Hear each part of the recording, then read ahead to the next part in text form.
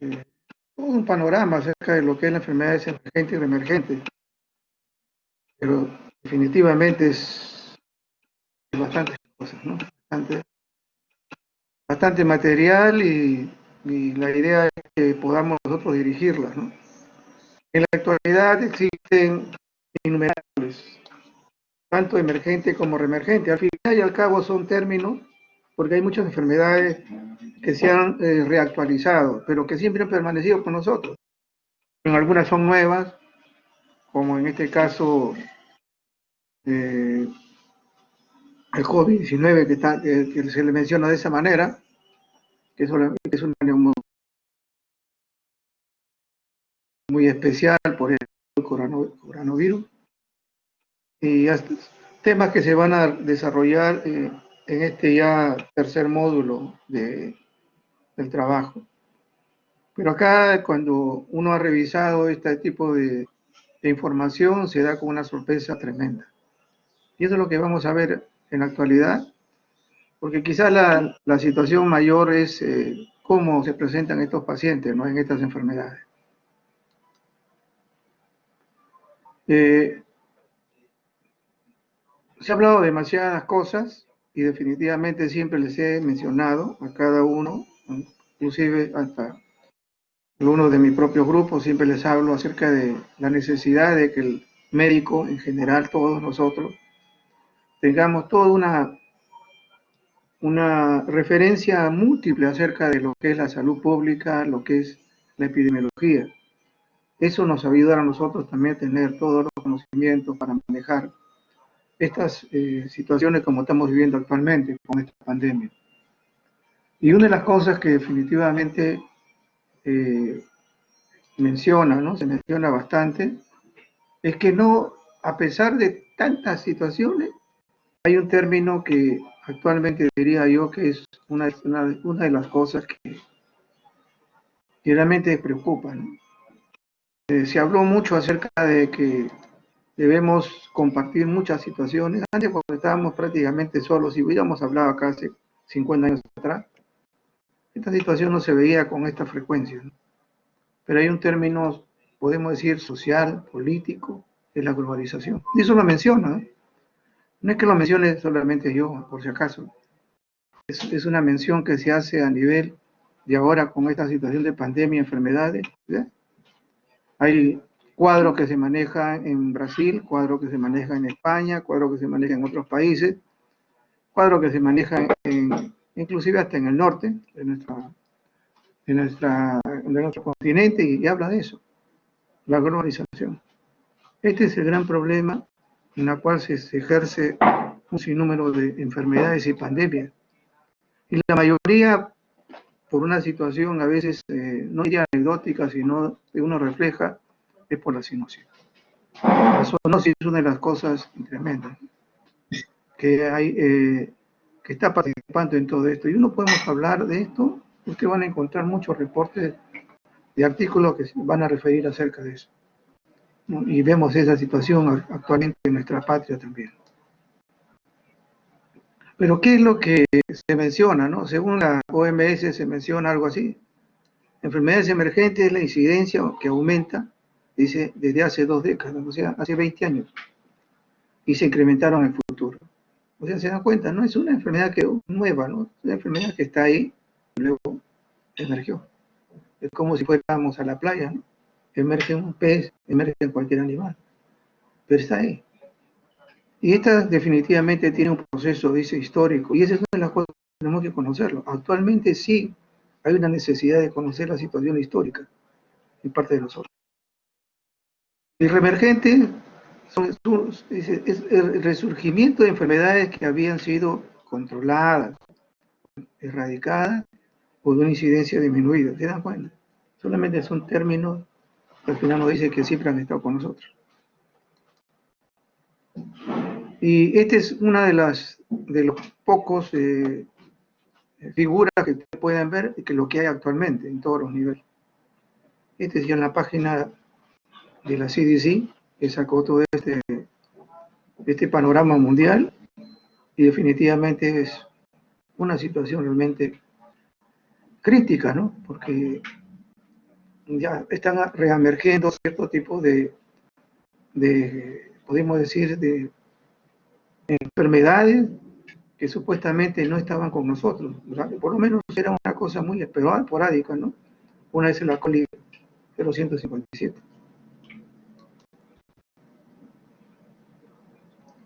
Una de las cosas que realmente llama la atención es, y esto es algo que por el hecho de haber sufrido en otros lugares también cierto tipo de endemias, ¿no? Pandemia cuando estamos en todos los niveles, pero por lo menos se menciona.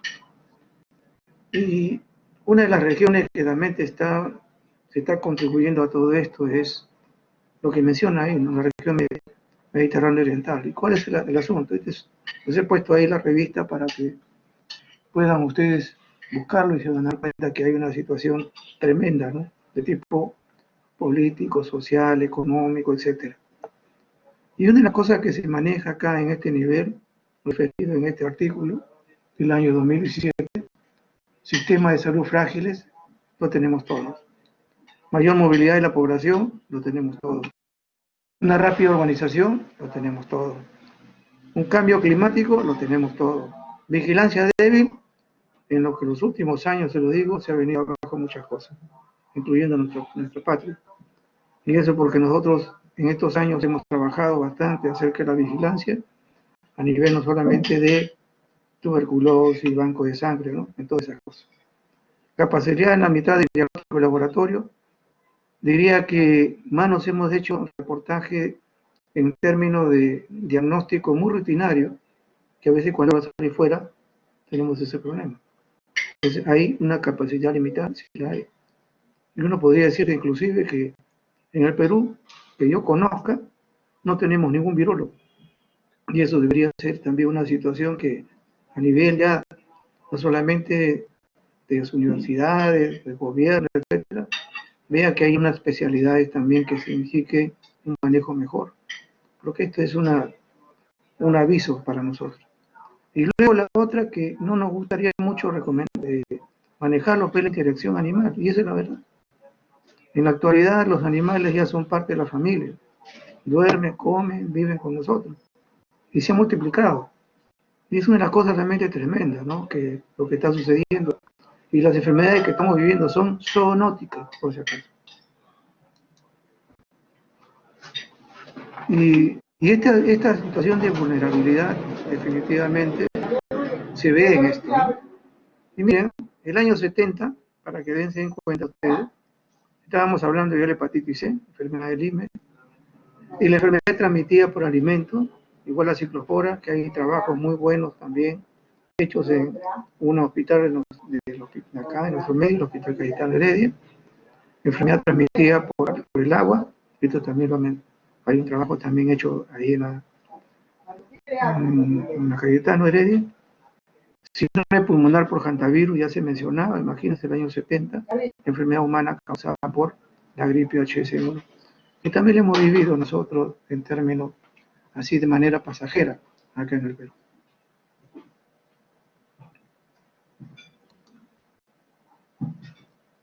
En la actualidad, ¿cuáles son las prioritarios para enfermedades? Y esto definitivamente es a través de la OPS, de la OMS actualmente, el COVID-19 adelante.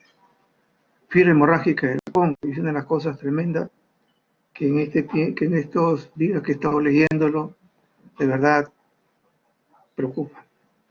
Enfermedad por ébola, también actualmente, cuando hubo ya años anteriores, que nosotros nos enteremos, había una partida que vino para hacer un laboratorio exclusivo para el ébola, que está en el Instituto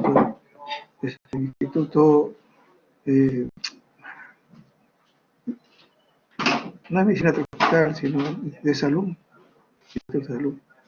donde se maneja toda la parte de cultivos virales. Enfermedad de Marburg, considerada entre todas la más grave, fiebre Lassa, y coronavirus, ha sido un preámbulo con el de ahora, y lo vamos a ver ahora. Y luego otras enfermedades, y una de las cosas que menciona que me llamó la atención, por eso lo he dejado, la OMS es la enfermedad X, algo que no se conoce, algo que se sospecha, algo que está causando por un patógeno que todavía no lo estamos identificando bien. Actualmente hay vigilancia acerca, por ahora definitivamente, por esto. Ojalá que no se olvide. Ojalá que eso no se pierda y también que nada. Una de las cosas que la OMS está preocupada, y la verdad también nosotros, porque eso lo estamos viendo, hay un trabajo de investigación que se está haciendo a nivel de muchos hospitales, no solamente nuestro, a nivel internacional. Una parte también, mi hospital estuvo comprendido ahí, y era justamente la resistencia a los microbiales. ¿Y por qué? Solamente le menciono algo que se conoce actualmente, pero ahorita es una preocupación tremenda porque hay unas, un, un resurgimiento de gérmenes conocidísimos que no tienen tratamiento, desgraciadamente. Solamente mencionarles, ¿no? Acá tenemos las pseudomonas, Cinetobacter baumannii, enterobacterias, el estafilococo aureus, que ahorita están teniendo un temor tremendo, no solamente de penicilina, sino hay multiresistencias. No solamente hablamos del létamo, sino hay multiresistencia de gérmenes. Tenemos igual resistencia hacia otros grupos y también acerca de los hongos, etc. Y realmente una preocupación que estamos regresando a antibióticos del pasado, ¿no? Como la colistina, ¿no? Que tiene más de 50 años, estamos regresando para eso. Y inclusive ahora el reporte de resistencia. ¿Qué está apareciendo según la OMS? La Candida auris. Ya hay glabrata, ya hay tropicalis, pseudotropicalis, es un emergente y para colmo de nosotros, los laboratorios no, tiene que ser súper especializado para determinar. Solamente en 2018, hace poco, ha habido 500 casos en Estados Unidos. Y el diagnóstico que se hace por laboratorio es espectrofotometría y PCR. Definitivamente no todos tenemos esto en nuestro medio y se puede utilizar como un agregado parecido a esto, a otro tipo de cándida. La otra situación también preocupante de la OMS es la epidemia de los opioides. ¿Por qué? No tanto por ser esto una pandemia, ¿no? Porque para todo el mundo, sino por el aumento de ¿qué? De brotes de infecciones. Ha habido un aumento y brotes de infecciones en muchos lugares del mundo por hepatitis B, hepatitis C, hepatitis A, estafilococo, neumococo y cándida. Y se conoce que el opio, sobre todo en el vía oral, que hay trabajo de investigación, es un inmunosupresor. Y el ébola, que también, igual que Marburg y Lassa, son de alta mortalidad. Esa es la preocupación actual de la OMS, actual. Un mapa que ustedes puedan verlo con tranquilidad, también acá la resistencia, y es una de las cosas que realmente preocupa. Miren el año 99, este es del CIDI, este es de la Universidad de Oxford, por si acaso, anotado. Miren lo que ha habido: enfermedades, dice, y muerte, infecciones respiratorias, el HIV, miren el año 99, diarrea, tuberculosis, etcétera, todo es una situación, todo. Desde ahí se estuvieron tratando de hacer la vigilancia, y desgraciadamente nosotros vamos a revisar algunas de ellas, no vamos a poder revisar todas definitivamente porque es mucho, muy extenso. Vamos a ver esto de la fiebre hemorrágica del Congo. Y miren una de las cosas, tiene una letalidad del 40%. Nairovirus, porque es Nairobi, ¿no? En términos de ya, en la zona del África. ¿Cuáles son los huéspedes? Y es por esa razón que todas estas enfermedades que estamos teniendo, participación inmediata a esos los animales. Son animales salvajes, hay en la zona, las vacas, las ovejas, las cabras, etc. Es endémica en estos lugares, ¿no? En los Balcanes, ¿no? En Oriente Medio y en el Asia. ¿Qué hace? O sea, dentro de la citología o histología se ve estas cosas, ¿no? Se ve ahí que hay citopatología en células endoteliales, citopatología en los hepatocitos y también citopatología en los macrófagos, porque penetra ahí. Y solamente mencionarles esto, que lo pueden ver con tranquilidad, ¿no? Porque si no estaríamos hablando de de bacteriología. ¿Qué cosa es lo que pasa? Acá tienen ustedes la enfermedad causante por las garrapatas. Las garrapatas, pues, de acá infecta a los animalitos. Y esta garrapata también puede infectar, ¿no es cierto?, a la persona, y luego igual comienza otra vez esa. Y esto porque hay gente que vive ahí, trabaja ahí, tiene inclusive hasta el tipo de alimento, etcétera, ¿no? Así se contagia. ¿Okay? Solamente mencionarle eso porque me parece interesante. No hay vacuna. ¿Okay? Y vemos nosotros que el animal se convierte en huésped de la enfermedad durante una semana, el virus permanece en su sangre y puede ser transmitido por la garrapata y se cierra el ciclo. Y la garrapata al ser humano. ¿Okay?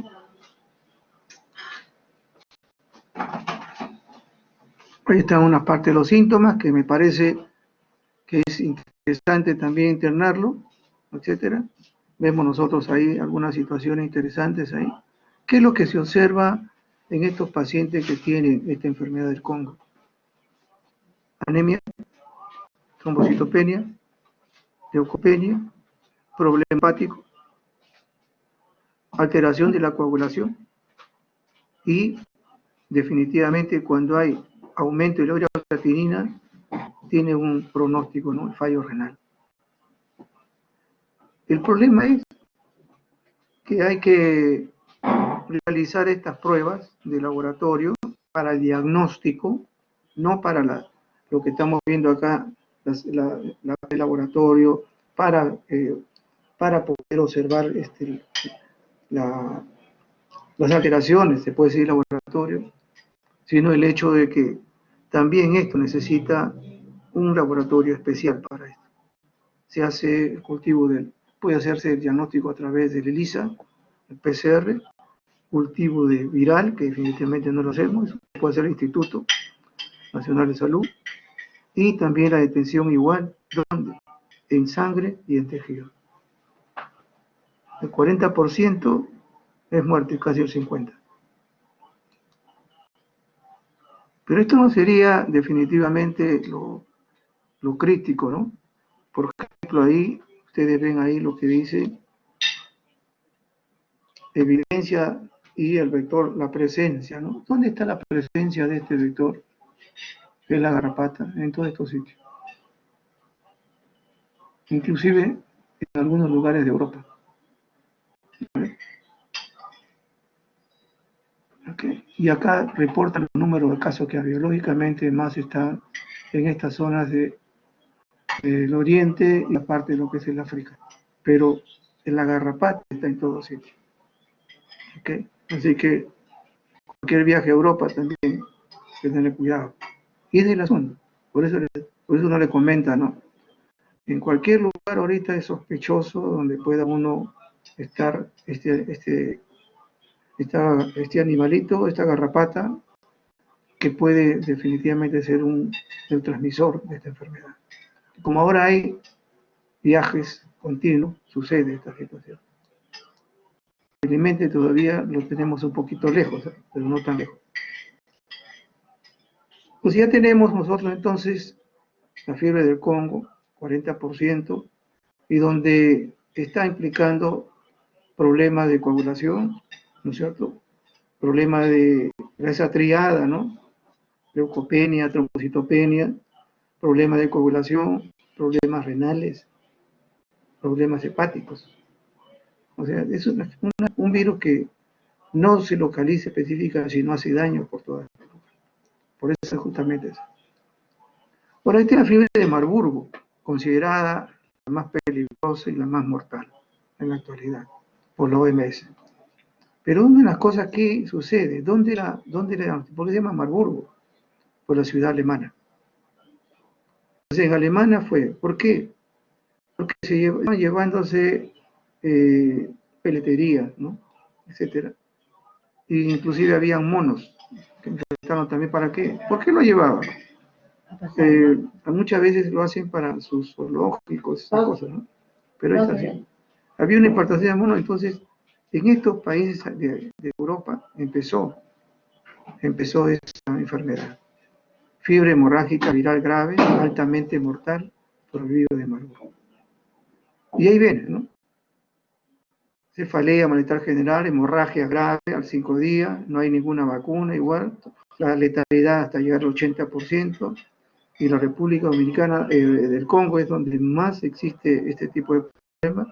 Hay brotes en Angola que ha sido al final 2014, 2004, y la transmisión es a través de estos animalitos que estamos viendo acá, los murciélagos, considerados los monos y murciélagos fruteros. O sea,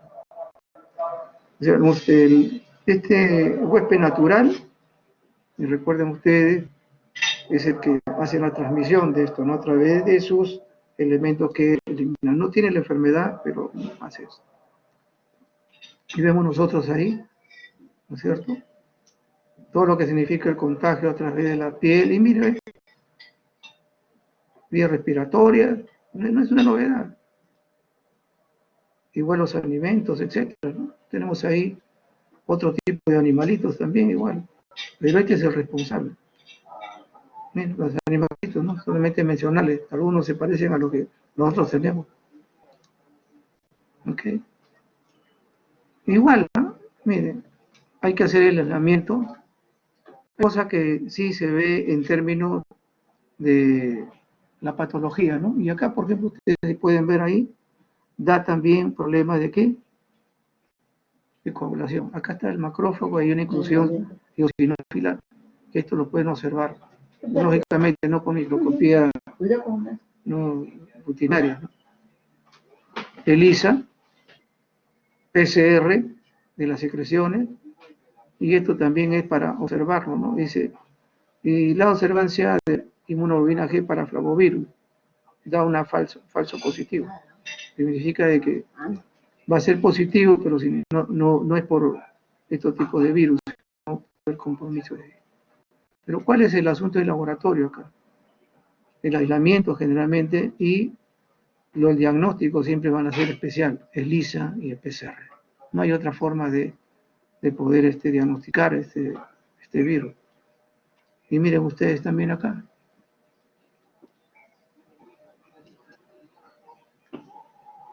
Ustedes ven al curso, ven esta forma de acá de ¿cómo decir? No daño, sino la sospecha, al término de lo que significa el riesgo en el África, Estados Unidos y parte de Europa, sobre todo en la parte de Alemania, donde ha habido este descubrimiento. Porque la misma globalización. Ahora ya hay sospecha, ¿no? En términos. Y esos todos son, por si acaso, esas páginas son de la OMS, UPS, no es una situación que le hemos manejado. Entonces, tenemos nosotros ya fiebre del Congo, Marburg, que la enfermedad se dio a través de estos monos y a través del murciélago.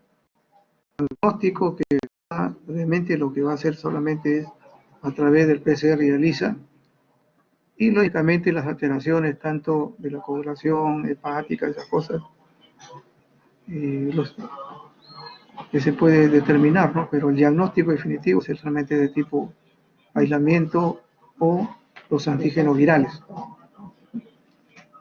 Y la enfermedad de ébola, que ya lo tenemos reciente y lo hemos visto acá, vemos ahí un sinnúmero de lugares, ¿no? En África, Guinea, etcétera. Y es de las cosas realmente interesantes de todas las cosas que hemos estado viendo nosotros en estos días. El año 2014 al 2016 hubo un brote de esto y ha permanecido. Hace poco hubo un informe que han encontrado en unas áreas también de África nuevamente el brote del ébola. Y definitivamente, como hay un gran turismo en esa zona, ahorita por la pandemia se ha limitado, pero había un gran turismo. Entonces, igual, la OMS está preocupado por esa situación de que esto también sea un rebrote pronto. De igual manera, hay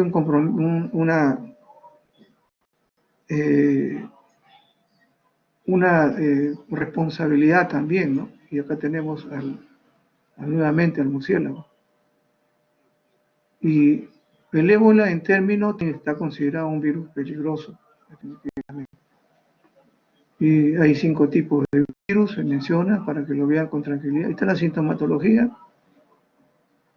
Y el virus por transmisión directa.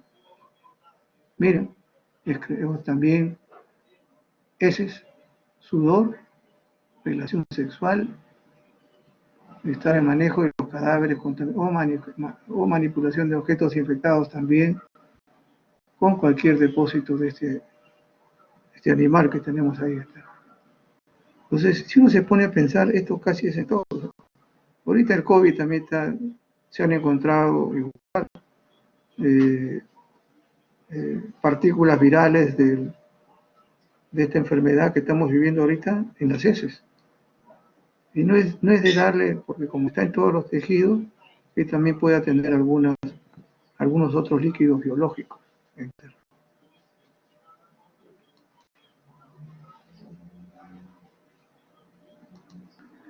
Este ébola, miren lo que pasa. Esta es una cosa que me llamó la atención, de verdad. Uno aprende leyendo un poco, ¿no? Mira acá, este virus persiste en los testículos, en los ojos, en el sistema nervioso central. Persiste, puede inclusive estar ahí después de pasar el curso de la enfermedad. Si este virus ataca en el tiempo de embarazo, el virus persiste en la placenta, en el líquido amniótico y en el feto. Y las mujeres, eso también es investigación que han mostrado, mujeres infectadas durante la lactancia, persiste el virus en la leche materna. Ese es el riesgo, o sea, y eso yo diría que es para todos los virus. Todos los virus. Lo que sí hay una situación diferencial que se tiene que hacer con el ébola, ¿no? Paludismo, fiebre tifoidea o la meningitis. Y si dan cuenta, también provoca problemas meningios, este ébola. Igual que los virus, la mayoría de virus, la gripe puede manifestarse con un problema también neurológico. Eso sucede a veces con el tipo de paciente y con situación de inmunidad. Eso en la cuestión de los virólogos conocen eso. Puede haber un órgano blanco, pero puede ingresar a otro nivel y provocar también, ¿se dan cuenta? ¿Qué se tiene que pedir también en esto? Igual que al resto, ¿no? Hemogramas, pruebas hepáticas, renales, exocrina, pruebas de coagulación, ¿se dan cuenta? Prácticamente todos los virus provocan lo mismo. Y lógicamente, como acá hay hemorragias, ¿no? Entonces, siempre se debe solicitar grupos sanguíneos para poder tener la posibilidad de brindarles, ¿no?, los complementos necesarios. Porque si hay un problema de coagulación, necesitamos también sangre. Igual, para todos estos virus, pruebas definitivamente PCR, o sea, todo lo que es molecular y ELISA. No hay otra forma de diagnosticarlo.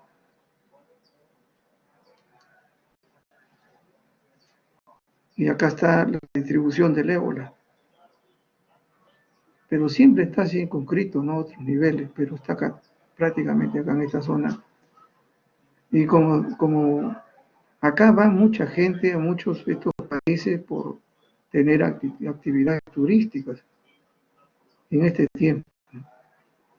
Y hay también relación, actualmente también hay muchos comercios que están teniendo, a pesar de la invitación, hay comercio mucho con la zona del Asia oriental, toda esa zona. Y es muy fácil que acá vengan a hacer una visita a Machu Picchu, ¿no? Es así, hay que ser realista en las cosas. Es que la cuarta, la fiebre de Lassa, que es la preocupación también de la OMS. Es endémica en estas zonas, etc.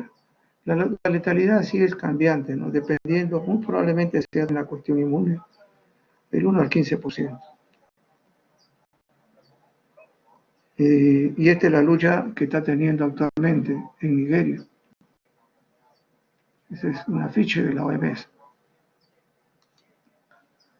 Y una de las cosas que se menciona acá, dentro de todas las manifestaciones, las cuestiones virales, es esto.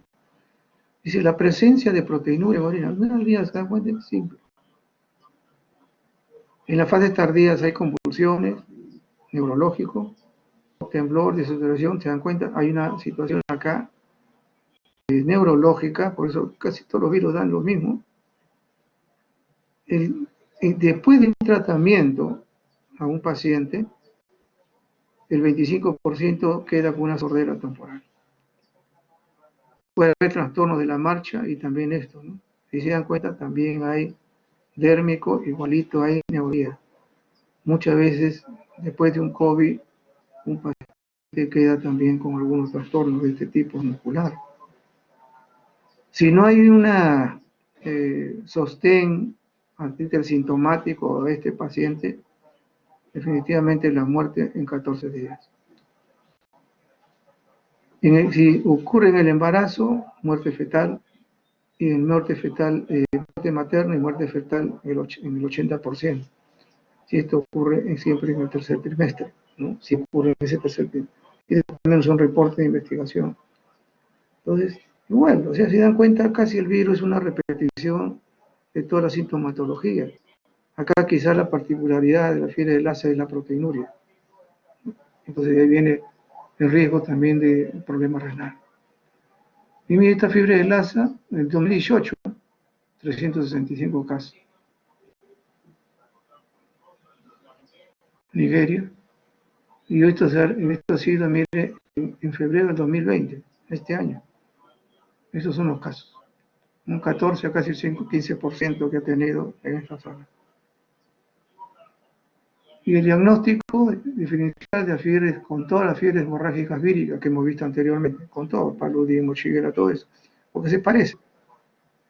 Igual, acá por ejemplo, por esa razón hay que hacerle gota gruesa, serología para salmonela, shigella, de todas maneras hay que pedir esto a todos, pruebas renales, coagulación, hepática, se dan cuenta, y como acá hay un componente bien marcado a nivel neurológico, le hacen licocefalorraquídeo. Se dan cuenta, casi todos los análisis para ver el estado del paciente es lo mismo.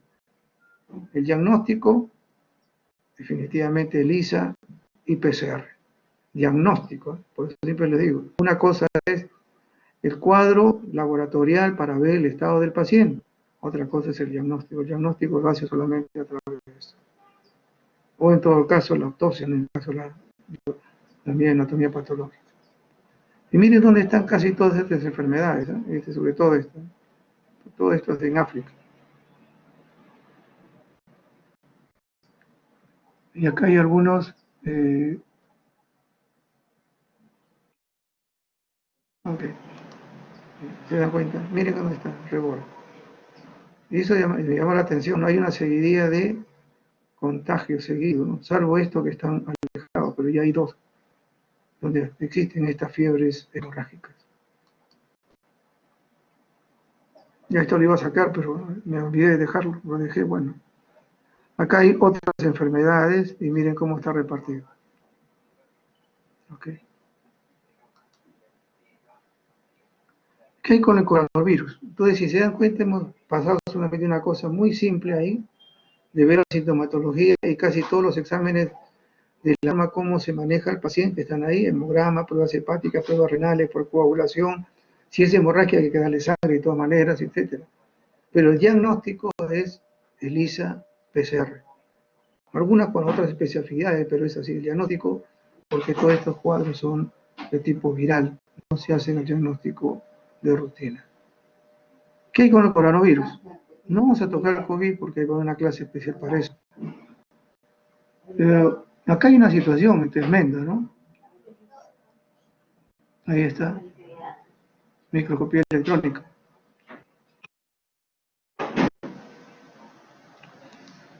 Y esta es la replicación, solamente ustedes lo van a ver con tranquilidad porque esto es importante conocerlo, cómo se replica, cómo ingresa a la célula, ¿no?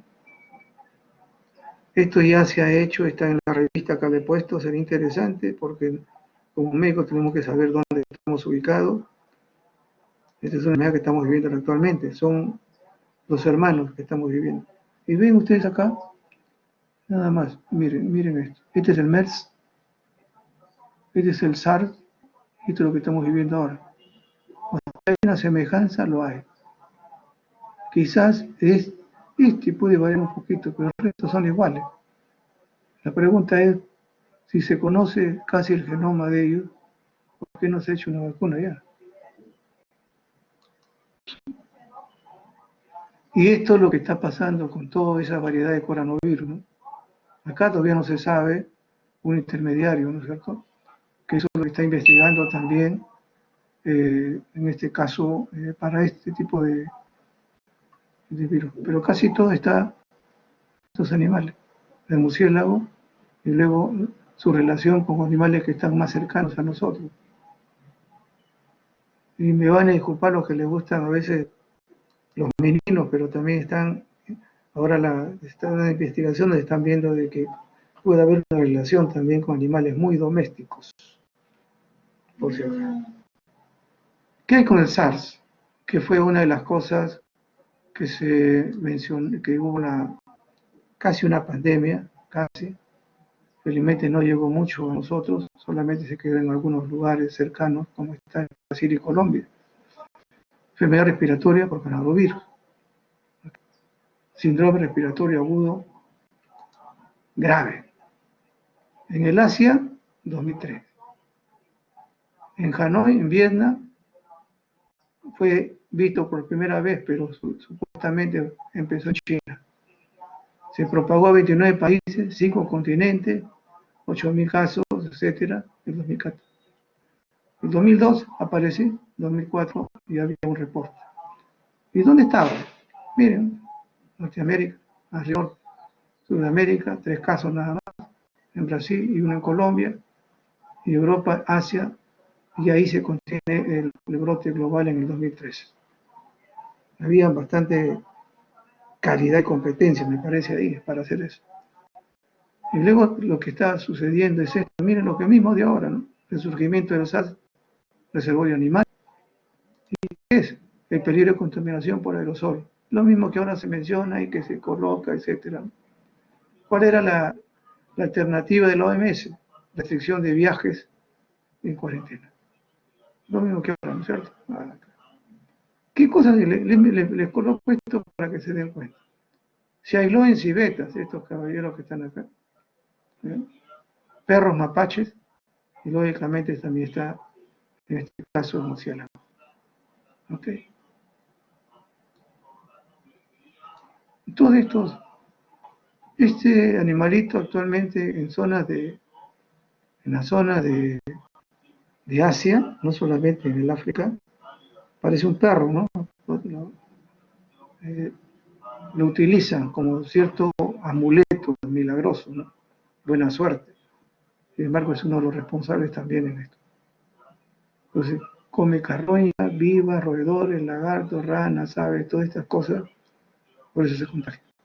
Vive muy cerca y definitivamente contamina todo lo que... Hay responsabilidad, definitivamente, de nosotros que estamos haciendo ingresar muchos animales a nuestro...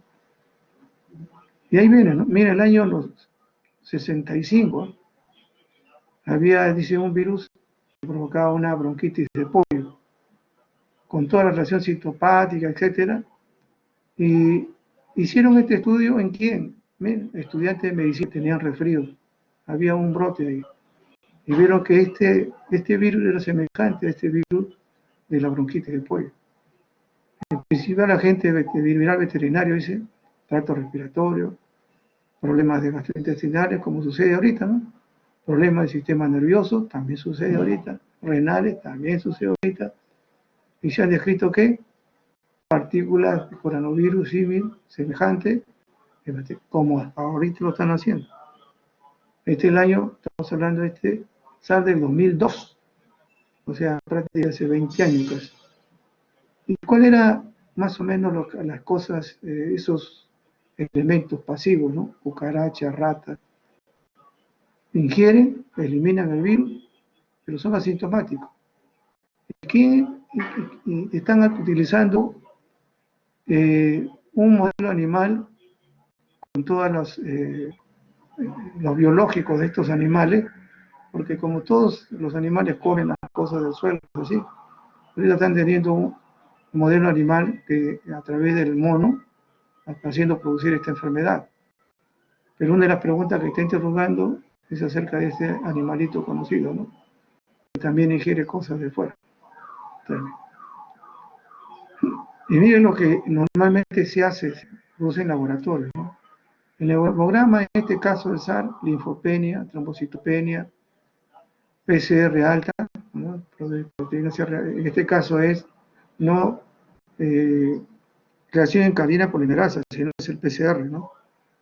Eh, análisis para ver todo lo que son reactantes de fase aguda, problemas hepáticos, problemas hidroelectrolíticos, riñón, ¿no es cierto? Y ¿qué se necesita? Dice, ¿no? 100 millones de copias de ARN viral en el esputo en pacientes de fase aguda. Es un contagio ya personal y se necesita esta cantidad, ¿no es cierto? Y no se dice que esto de acá más o menos aparece en pacientes que están con la fase aguda de la enfermedad, que todavía no han hecho los problemas respiratorios, pero ya los tienen arriba, se puede decir en el término. Entonces, en esta primera fase, todavía no tan complicada, algunos se complican inmediato, pero han encontrado hasta 100 millones de copias de ARN. Igual, miren, se utiliza hisopado faríngeo para ver también las alteraciones citopásicas de unas células renales específicas. El ELISA se puede, también es parte de ese manejo, etcétera, que también ahora es el diagnóstico, porque como esto también será un elemento que utilizar en la parte veterinaria, también ahorita ya hay detención acerca de esta situación. Entonces acá también se puede hacer por PCR, pero la mayoría del caso el ELISA. Y es el SARS, conocido. Y ahí está otros métodos de laboratorio también. Solamente colocarlos ahí, sin hacerle mayor, está el PCR. Me cuenta, todos son para eso. Miren lo que es lo mismo de ahora, ¿no? Este es el SARS de 2002. Virus puede permanecer en el medio ambiente 3 horas. Las partículas virales en heces en pacientes convalecientes, o sea, aquellos que ya superaron la enfermedad, la transmisión se hace acá fecal oral. En la incubación generalmente de este virus de 3 a 10 días. ¿Qué cosa hay? Fiebre, tos, mialgia, disnea, cefalea, malestar general, escalofrío, diarreico, oxemia y crepitante con el quemo y por compromiso pulmonar. Infiltrados unilaterales o bilaterales. ¿Diferencia con el de ahora? Prácticamente ninguna.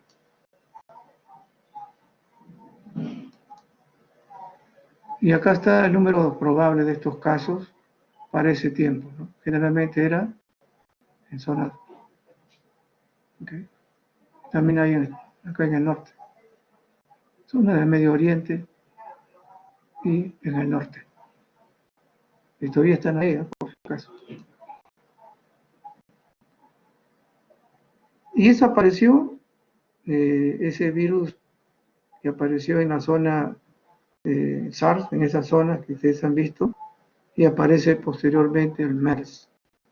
Y el MERS aparece el año 2012, prácticamente 10 años después. ¿Y dónde aparece? En las zonas arábicas, ¿cierto? Ahí está. Solamente mencionarle esto, ¿no? Pasarlo. Y acá ven ustedes. ¿Ve? Si nosotros comenzamos a ver, y el problema de acá es, y este es la OMS por si acaso, todo esto de acá está localizado, ¿a dónde se fueron? A Túnez, ¿dónde se fueron? A Francia, ¿dónde se fueron? A Reino Unido, ¿dónde se fueron? A Alemania, ¿dónde se fueron? A Italia. Y uno se pone a pensar, pues, como esto eso tiene un ciclo, los virus tienen un ciclo generalmente, permaneció ahí, detuvieron el brote.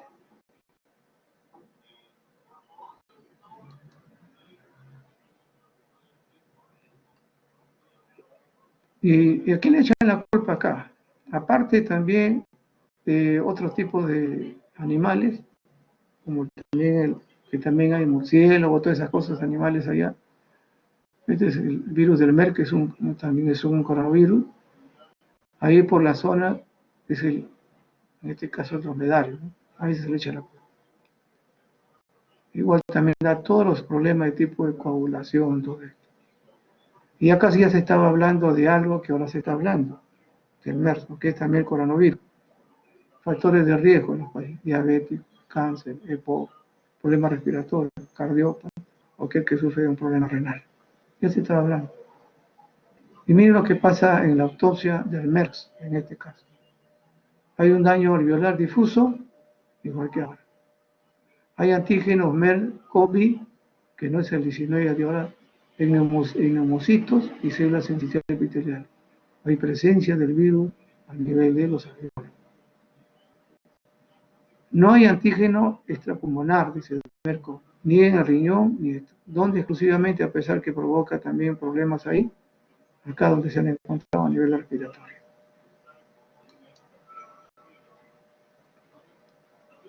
Y este virus también, que acá tiene la sintomatología, para que vean una cosa interesante, el 2012, más o menos, incubación 14 días, 2 a 14 días, caso leve, febrícula, secreción nasal, dolor, igualito que ahora, ¿no? Dolores musculares, imagen normal. Caso grave, dificultad respiratoria aguda, y en 2 días aparece este caballero o la persona en UCI. ¿Qué cosa es lo que se ha visto? En la radiografía de tórax y la tomografía computarizada hay un daño multilobar, opacidades en vidrios esmerilares. Estamos hablando de coronavirus antiguos, ¿no? Derrames pleurales ocasionales. ¿Qué provoca? Insuficiencia renal, problemas neurológicos, coagulopatías, y en caso de la madre también muerte fetal, en caso de madre con el MERS. Y acá le estoy presentando, este de acá, para que se den cuenta, miren acá a la izquierda, hay en vidrio esmerilado. Este es un caso del año 2004, me parece que es ahí, de una revista argentina, que encuentra a una paciente que no tiene estos virus, tenía un problema de un cuadro respiratorio crónico, era una fumadora, y aquí ven ustedes que este tipo de acá no es patognomónico pues para el COVID, como la gente muchas veces dice. Acá estaban opacidades difusas ventrales en vidrio esmerilado. ¿Ok? Entonces, si ven acá nosotros hay citomegalovirus, micoplasma, etcétera, nos vemos un poquito por acá, bueno, ahí vemos varias cosas. ¿Ok? Y este es del año 2000, hay un caso 2004, un caso clínico de una paciente en Argentina. Este sí es lo de ahora. Entonces, hay que ver qué tipo de patología, ¿no? Podría haber sido acá, esto no lo sabemos. Acá no se hacía el diagnóstico, pero acá sí se ve, ¿no es cierto? Este sí es actual, COVID-19. Pero ese virus migrado no es exclusivamente de la patología de esta enfermedad. ¿Qué provoca en este caso, no? Leucopenia, igualito, linfopenia, trombocitopenia, anemia, etcétera. Elevación también igual, previo, moderada de la transfusión, problemas renales, problemas de coagulación, y acá definitivamente se puede detectar anticuerpos, dice. ¿Y qué es lo que hace para hacer el diagnóstico de una prueba rápida de anticuerpos? O sea, acá se pedía a la OMS que fueran 2 pruebas. Y estas pruebas no es que le van a tomar después de 14 días, sino luego se hacía con otro tipo de elementos para hacer el diagnóstico. 2 pruebas de confirmación. Pero ¿qué se hace? Cultivo de virus en el tracto respiratorio, como ahora se está haciendo actualmente, ¿no es cierto? Y serología, que también lo está haciendo, y serología lo hace con pruebas rápidas también, para vigilancia a través de la OMS. En noviembre del 2019, estábamos en la época de acá, estos son los casos del MERS, 2.500. ¿Y dónde podemos nosotros encontrarlos, si ustedes ven? Miren toda esta zona. Esta es lógicamente la zona roja, pero tenemos nosotros igual en Europa, en África del Norte, Medio Oriente, hasta Alaska. ¿Ok? Es unido. Entonces nosotros tenemos muchos viajes a veces de globalización, ¿no es cierto? El asunto es, miren el riesgo que nos estamos enfrentando nosotros con ese tipo de patologías.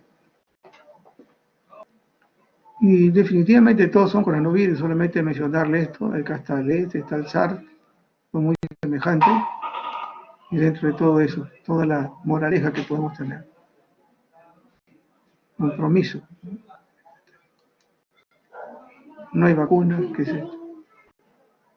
Y este es el coronavirus COVID, que va a haber una clase especial para ello, solamente mencionarles algunas referencias nada más, no voy a tocarlo. Entonces, ¿qué pasó? ¿No? Para mi pregunta siempre, mi interrogante es ¿qué ha pasado con el SARS, con el MERS y con ahora lo que estamos viviendo, esta pandemia?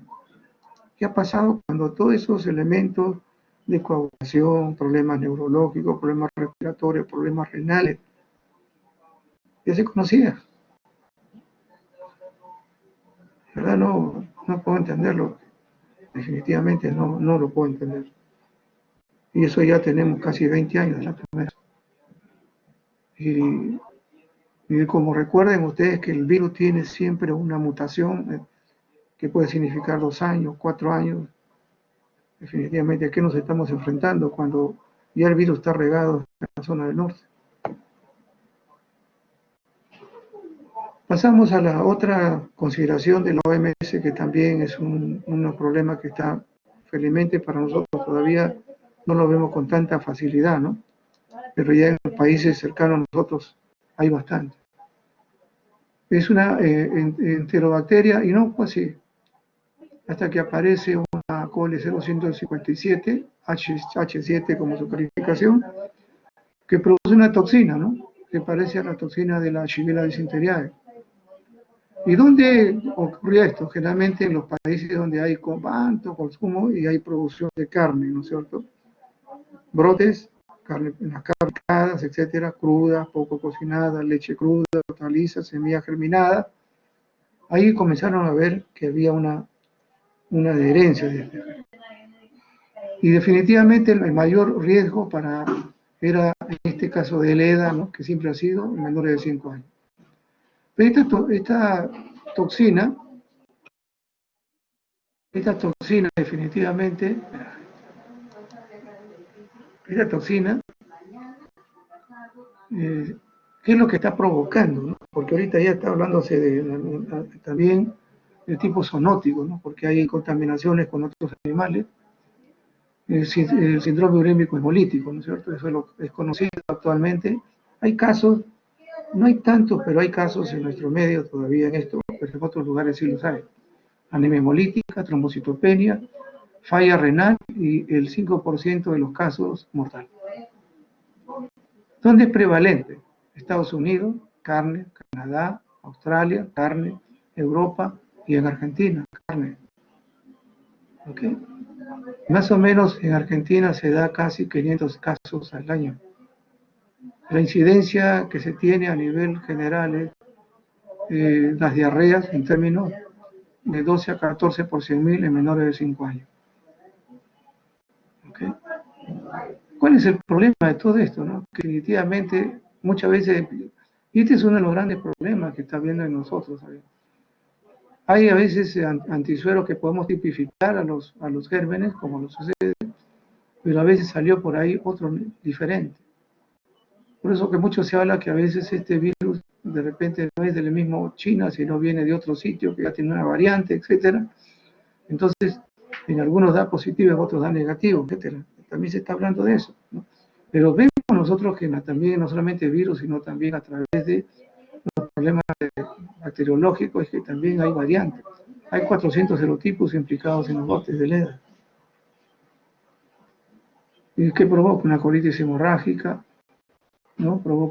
Puede provocar esta toxina también una colitis gangrenosa, puede provocar esto una peritonitis, puede provocar una sepsis, y en este caso mortal, en el 5%.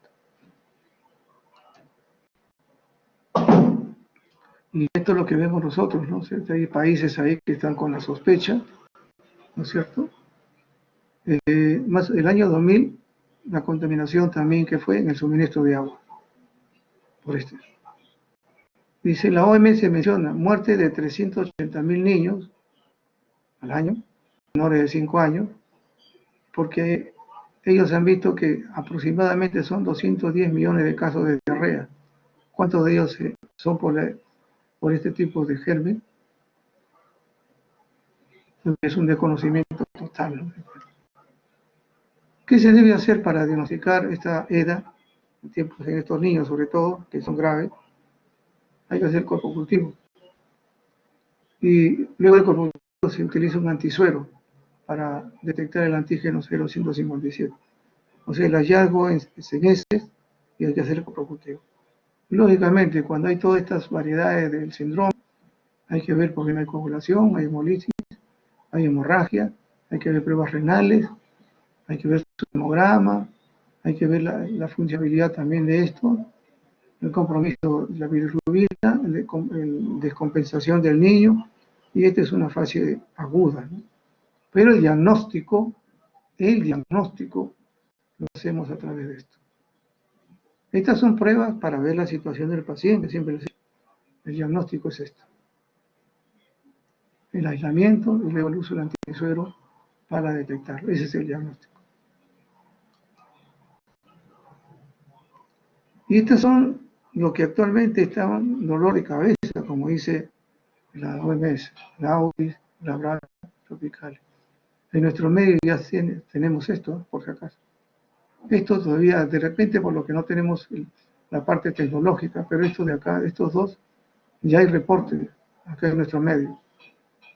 Y la brata es un patógeno de emergencia, proteinasa, hidrofobicidad y superficie, asegura la adherencia, se adhiere, se parece mucho a la Candida albicans. En huésped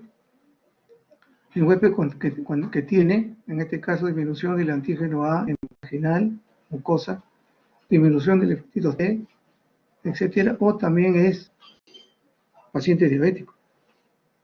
Muchas veces aparece en otros hospitales, se lo digo, pacientes que tienen urocultivo y lo que se aísla frecuentemente son, entre comillas, cándidas.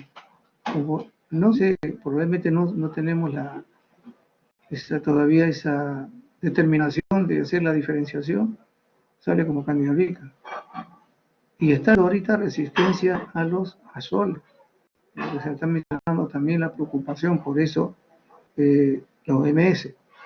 ¿Okay?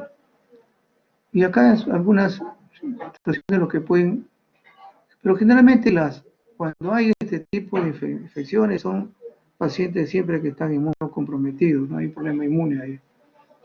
¿Qué tiene que hacerse? Esto siempre es hacer un examen directo, cultivo en agar de las muestras. Esto le va a dar un hemograma, glucosa, porque hay diferenciación. Solamente en el auris sí necesita otro tipo de, como un PCR para eso, en caso. Hay que determinar solamente en el auris, pero después en la brata y tropical sí se puede utilizar a través del diagnóstico por agar.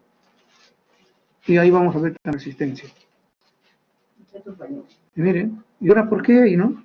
En pacientes hospitalizados en UCI, esto mucho se ha visto en Estados Unidos, en países, miren, lo que ven ese término, catéter venoso central, uso excesivo de antibióticos de amplio espectro, en pacientes prematuros, en ancianos y en diabéticos.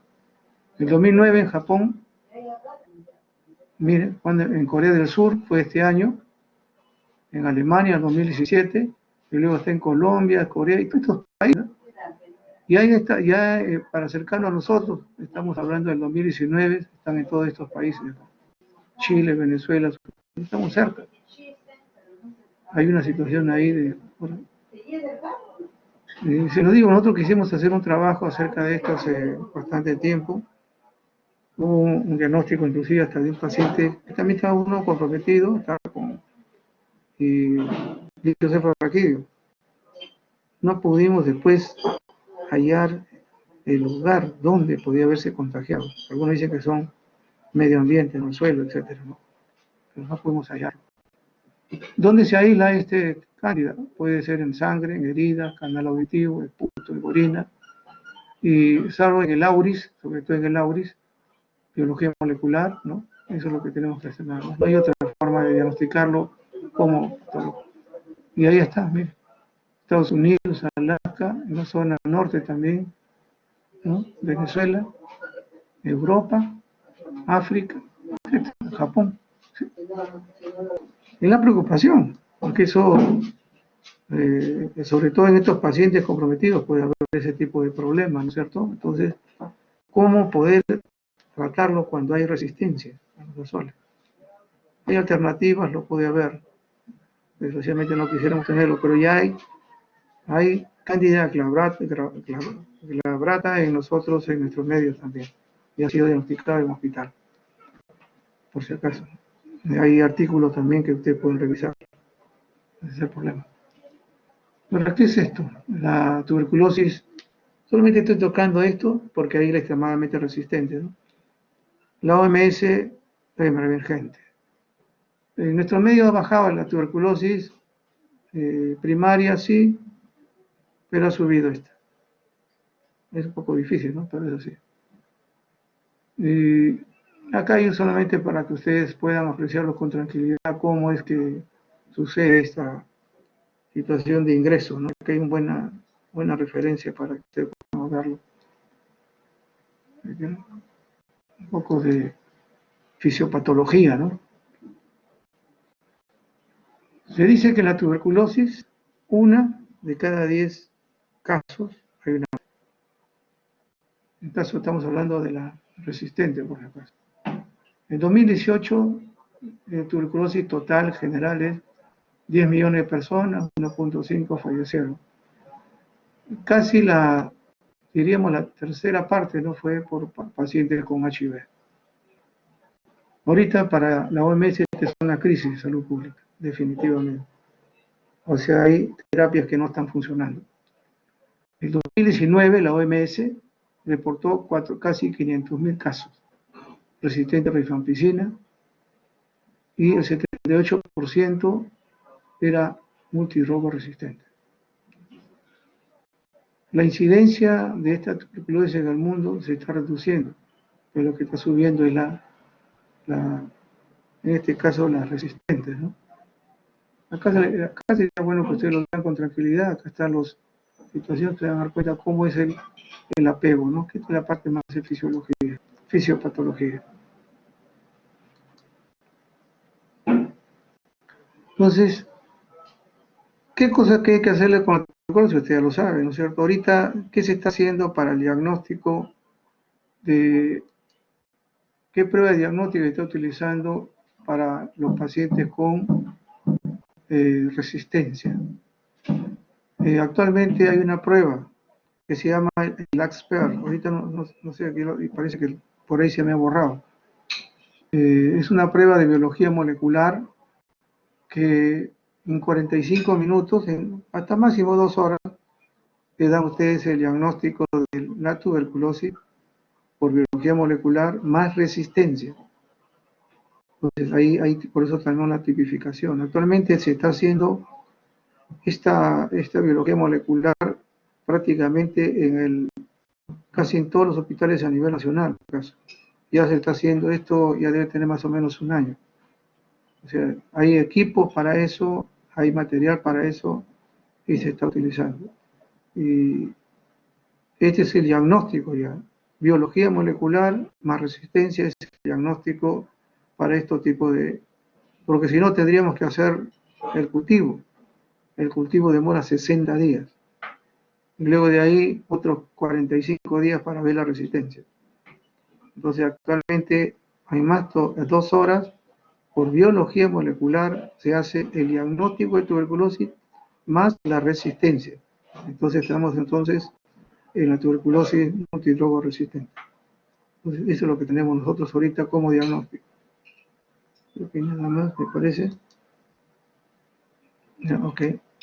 Y lo que acá le estoy dejando es para que un poco podemos recrearse todas estas páginas, ¿no?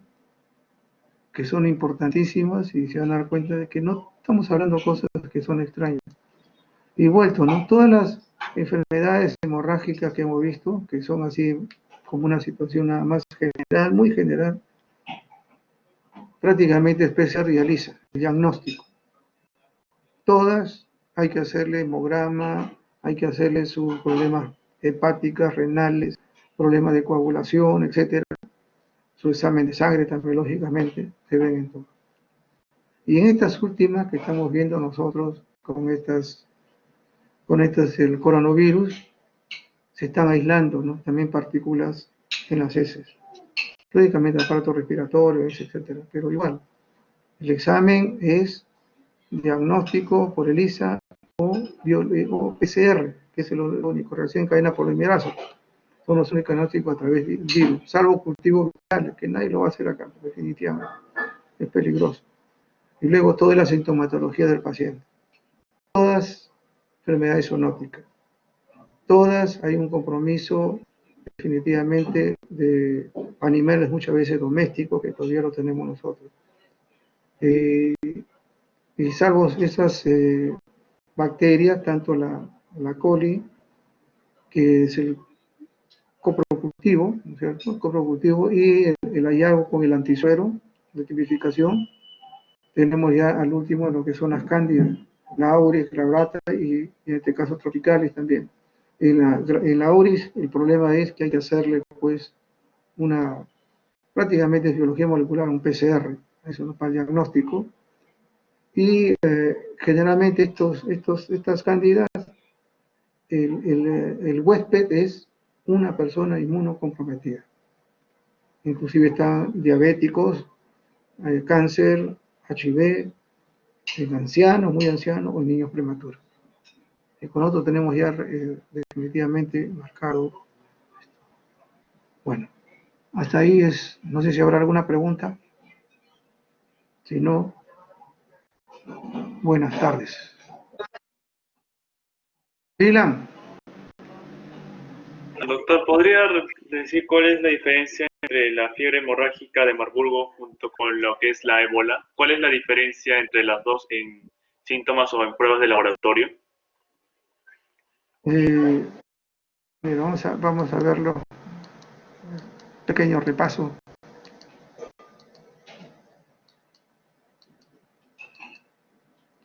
Las enfermedades hemorrágicas generalmente tienen mucho compromiso semejante, por esa razón que hay que hacer la disquisición, ¿no? Y, por ejemplo, en este caso, vamos a ver.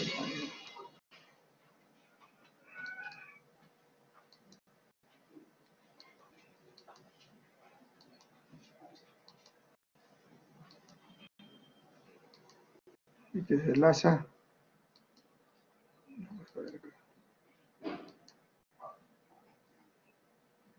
El Marburgo, que generalmente está considerada actualmente la más grave de todas, por la incidencia, da definitivamente, si uno se pone a mirar todo esto, solamente la actividad del paciente es un problema de todas maneras, cefalea, hemorragia, estamos hablando de letalidad, etcétera. Vamos a ver un poco más.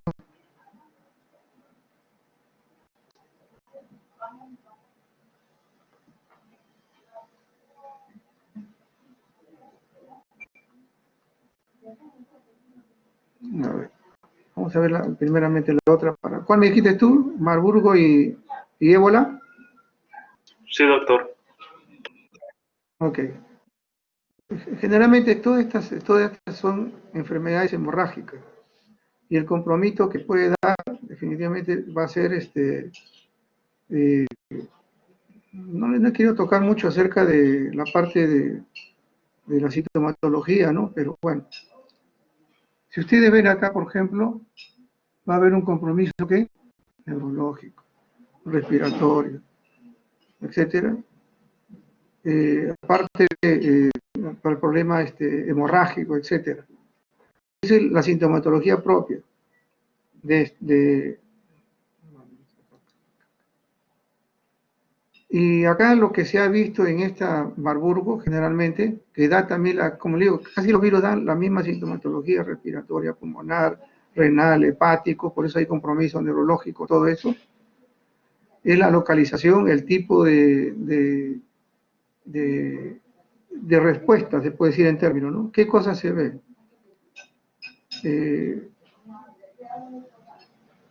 Generalmente una de las cosas es esto, la inclusión eosinofílica por macrófagos, que no lo vemos nosotros como micropía, sino especial, ¿no? El término.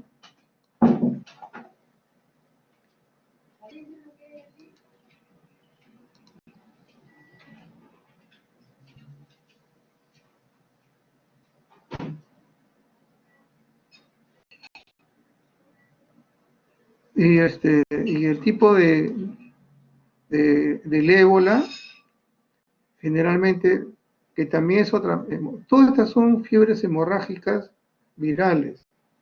La sintomatología es muy semejante, por esa razón que hay que hacer, siempre dice, igual que la del ASA, hay que hacer descripciones hasta como malaria, todas esas cosas. Mira acá, por ejemplo, en esta, ¿no? Igual que en la otra, también hay febrículas, debilidad muscular, cefaleas, eh, no tanto el otro habla de diarrea, sino habla también de erupciones, hay problemas de insuficiencia renal, hay compromiso hepático, hay hemorragias internas y definitivamente, ¿no? Y ese tipo de cosas. O sea, en ambos se da semejante, sino ¿cuál es lo que nos lleva a la diferencia? Lo que nos lleva a la diferencia es el tipo de lugar donde está endémicamente relacionado esta enfermedad. Y luego también lo aparatoso que significa esto, ¿no? En caso del Marburgo, que es definitivamente el más grave, el compromiso es mayor a través neurológico, respiratorio, hepático, etcétera, de coagulación también, todas esas cosas es lo que se menciona. Y la presencia de este tipo de elementos macrofágicos eosinofílicos, como evidencia del laboratorio. Luego de ahí hay que hacer diagnóstico viral en el término, porque ahorita lo que se hace es todo eso. Y en caso del ébola, que tú ves ahí que hay todo eso, el diagnóstico también es lo mismo, pero acá igual volvemos a la misma diferencia. Tifoidea, paludismo, y las mismas pruebas son. ¿Cuál es la diferencia? Por eso les decía, el espacio epidemiológico, donde estuvo viajando al comienzo, entonces hay endemia de ciertos lugares, y hay la sospecha, ¿no?, de esa presencia de esos lugares, estamos hablando de un tipo de enfermedad, en caso de ello.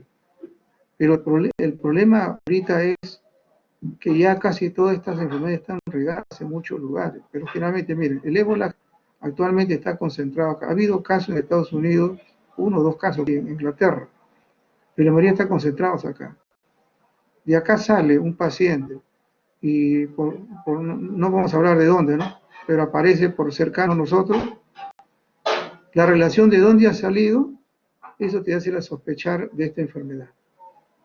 Si esto fuera en la zona de Arabia, por ejemplo, dice, es un paciente que viene de acá, o una persona viene de acá, se ha sentido mal llegando a las costas. Entonces tú tienes una relación epidemiológica también aquí. Entonces hay una relación epidemiológica, por eso les digo, estas enfermedades son por detección tanto, por eso dice salud pública, epidemiología. Entonces no sabemos lo que hay. Cuando vean ustedes el dengue, por ejemplo, que viene acá, van al hospital, la misma sintomatología, el dengue. ¿Qué cosa tiene? Malestar general, febrícula, hasta cierto tipo de enrochezamientos, y fiebre, sobre todo persistente, así es. ¿Cuál es el diagnóstico que se le hace? Dengue, Zika, chikungunya, malaria. Eso es lo que en los hospitales piden ahorita, sobre todo 3 de ellas, ¿no? Dengue, malaria. Le hacen descarte porque tienen la misma sintomatología. Ese es el asunto, o sea, no es que acá haya una sintomatología muy propia de alguno de ellos, depende del cliente. Se dan cuenta, algunos hacen problemas solamente de tipo respiratorio débil, otros hacen una neumopatía, un galopante, otros provocan problemas neurológicos, y eso también se da, otros provocan problemas de tipo renal. Pero acá la sospecha primeramente es epidemiológica. ¿De dónde provee? Pero casi todos, fiebre, hasta una malaria cuando está bien complicada va a tener otro tipo de manifestación, va a tener una ictericia. Uno diría, pues, fiebre amarilla, ¿se dan cuenta? Pero ya en el diagnóstico, actualmente en nuestro medio lo que se está haciendo es, lógicamente, hacer descarte de varias enfermedades por la misma sintomatología. Ahora, si usted va con fiebre, de frente te hacen el COVID, ¿no es cierto? pero puede ser dengue, pero puede ser un adenovirus, puede ser una malaria al comienzo, puede ser una hepatitis. Y si viene una cuestión amarilla, puede ser una hepatitis normal y silvestre, A, B o C, pero también puede ser una malaria. O sea, no hay una sintomatología muy precisa para ello, pero sí de dónde viene el lugar, de dónde viene. Por eso, si hablamos, por eso dice, no, en la región de en la zona de donde hay este tipo de animalitos, y si esto progresa acá como están haciendo, el problema es que se están importando muchos animales a veces para zoológicos, y ahí ha habido el problema. Monos y un sinnúmero. Y ustedes ven documentales y se dan cuenta de que el murciélago es prácticamente investigado por un sinnúmero de biólogos, no solamente biólogos, sino por otro tipo de profesionales, y lo traen a su patria. Y ahí lo están observando, mirando, etc. Y ahora ya sabe definitivamente el murciélago es prácticamente el 80% el gran riesgo, porque el humano se está metiendo en esos hábitats. Así que, o sea, si me dices cuál es la diferencia de estomatología, un poco difícil, porque casi todas tienen lo mismo. El problema es la gravedad, el problema es el lugar epidemiológico que pueda hacer. Y casi todo, por eso le mencionaba, que la única forma de diagnosticarlo es PCR y a través del ELISA.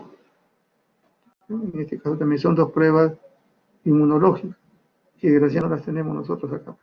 Ahorita ya con el COVID se está teniendo ya el PCR, ¿no es cierto? Todas esas pruebas biológicas también que son importantes. Pero, ¿qué hay si es otro tipo? Porque hay una semejanza. Semejanza clínica, porque hay virus que provocan, virus respiratorios simples que pueden provocar hasta encefalitis. Y hay casos acá que hemos tenido problemas de adenovirus, problemas de tipo normales, problemas respiratorios, así, muy parecidos al COVID, problemas neurológicos, así es. Entonces, el diagnóstico, por eso, es necesariamente el hallazgo por biología molecular del virus propio y también por el sistema ELISA del virus propio.